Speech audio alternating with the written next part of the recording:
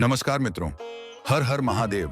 आज हम आपको सुनाने जा रहे हैं सावन के तीसरे सोमवार की वो अद्भुत और सत्य कथा जिसने एक निर्धन ब्राह्मण की किस्मत ही नहीं बदली, बल्कि ये सिखा दिया कि सच्ची भक्ति कभी व्यर्थ नहीं जाती।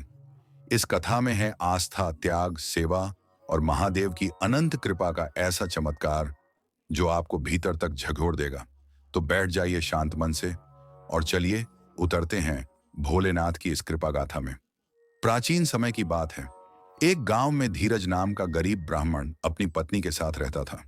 जीवन में धन नहीं था, सुविधा नहीं थी, मगर आत्मा में आस्था थी। हर साल सावन मास आता और धीरज तीसरे सोमवार को विशेष व्रत रखता। वो शिव मंदिर जाता, बेलपत्र चढ़ाता, जल से अभिषेक करता और एयूएम नमः शिवाय का जाप करते हुए घंटों ध्यान लगाता। उसकी पत्नी कहती, इतनी भूख प्यास में ये व्रत क्यों करते हो धीरज?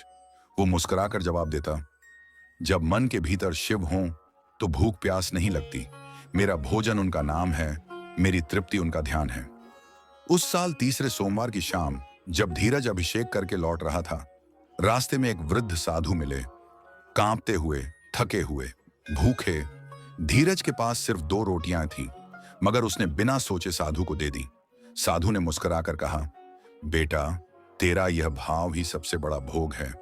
जो तूने मुझे दिया वो तूने शिव को दिया। इतना कहते ही साधु अदृश्य हो गए। धीरज समझ गया, वो साधु कोई और नहीं, स्वयं महादेव ही थे। उस रात धीरज को स्वप्न आया। स्वप्न में शिव ने कहा, धीरज, तूने सच्चे भाव से मेरा व्रत किया, तूने सेवा को भक्ति माना, इसलिए अब तेरा भाग्य मैं बदलता हूं। सुबह जब आंख खुली तो बाहर रथ खड़ा था। राजा के दूत आए थे।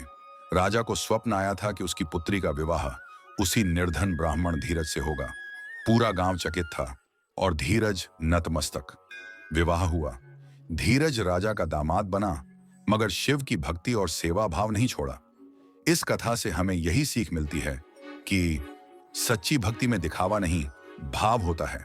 सेवा ही शिव की सबसे प्रिय पूजा है और जो सच्चे मन से उनका व्रत करता है, महादेव उसकी किस्मत पलट देते हैं।